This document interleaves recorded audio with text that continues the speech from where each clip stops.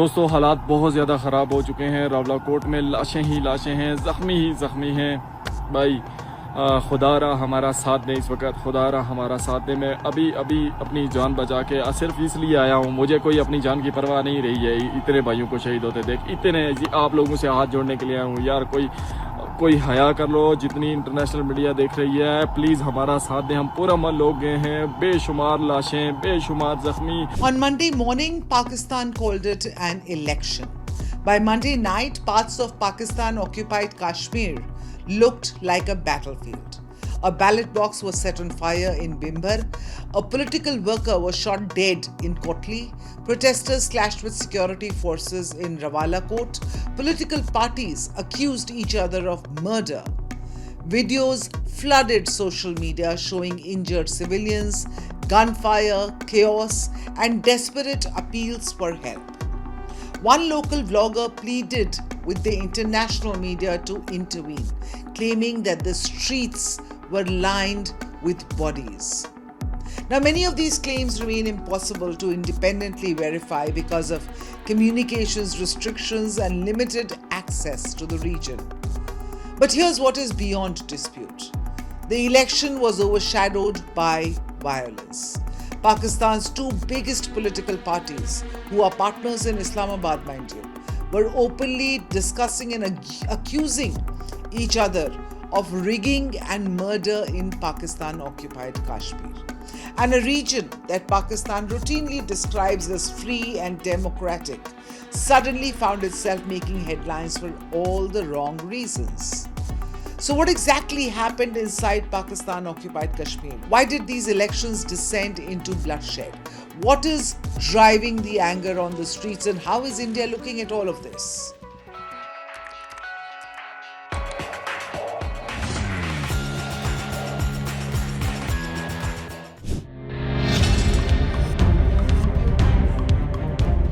Pakistan-occupied Kashmir began polling under heavy security on July 27th, Monday. But within hours, the election had descended into chaos. Bloodshed. One political worker was officially confirmed dead in Kotli after clashes between supporters of rival parties. But that wasn't where the controversy ended. Eyewitnesses, activists, and members of the Joint Awami Action Committee, or JAAC, claimed that security forces opened fire on demonstrators in Rawalakot. One JAAC leader alleged that at least 14 protesters had been killed there alone. Pakistani authorities have not confirmed those figures, and independent verification, as I mentioned earlier, remains difficult because journalists and outside observers have only limited access to that particular area. Still, every major wire agency agrees on one thing. Polling day was marred by serious violence, and instead of celebrating democracy, Pakistan spent election day explaining bloodshed.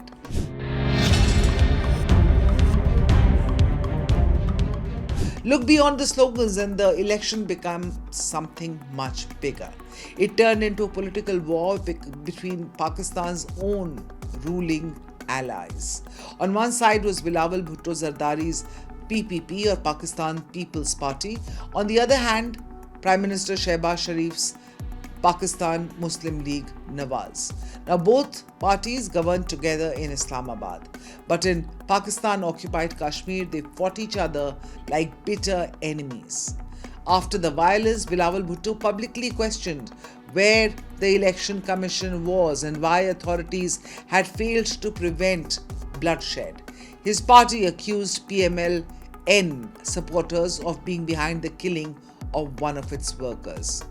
Of course, Shehbaz Sharif's party rejected these allegations and fired back with its own accusations of election rigging. But even before polling day, both parties had been competing through promises of subsidies, free electric buses, welfare schemes, and financial incentives for the people living in this region. The campaign looked less like a contest of ideas and more like a battle to win over an increasingly frustrated population.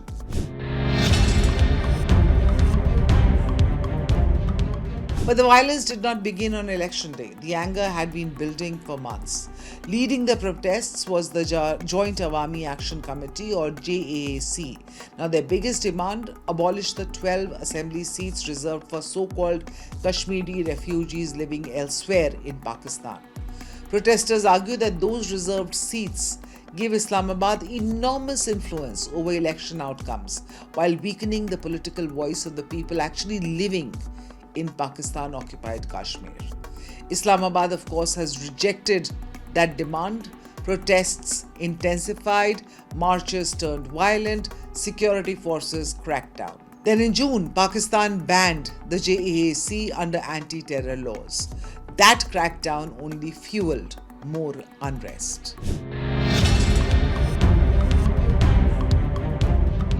And if one city has come to symbolize the current unrest in PoK, it is Rawalakot.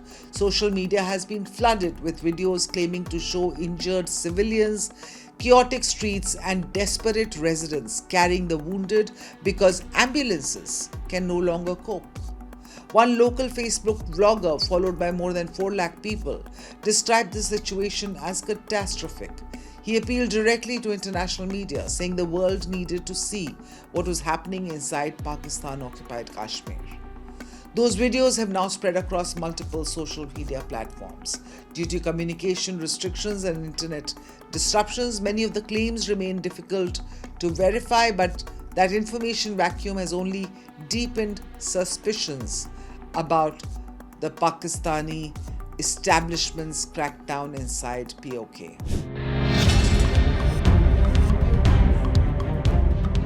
For Pakistan, these elections were never just about choosing legislators. They were also about projecting legitimacy.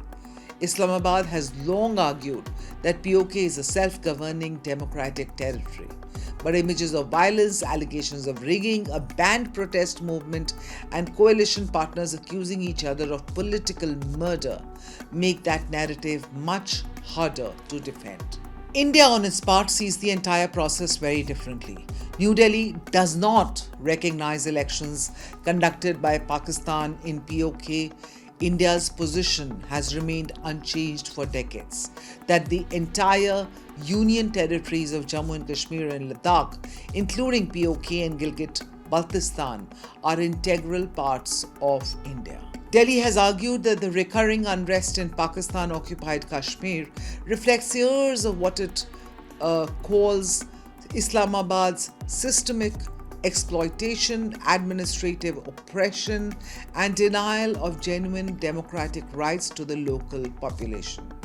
And the violence surrounding these elections has once again placed PoK under international scrutiny, raising uncomfortable questions about governance and political stability. So Pakistan wanted these elections to showcase democracy. Instead, they have exposed division.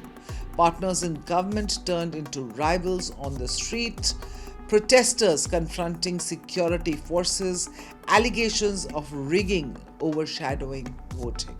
And before the first phase was even complete, the headlines had shifted from ballots to bloodshed. With 2 more rounds of polling still to come, Islamabad now faces a difficult challenge, because the real question is no longer who will win the election, it is whether Pakistan can convince anyone that this was a genuinely free and credible democratic exercise in the first place. This is Times Access, where global stories meet India's perspective. Click on the bell icon to subscribe, because the next big global shift will have India at its center.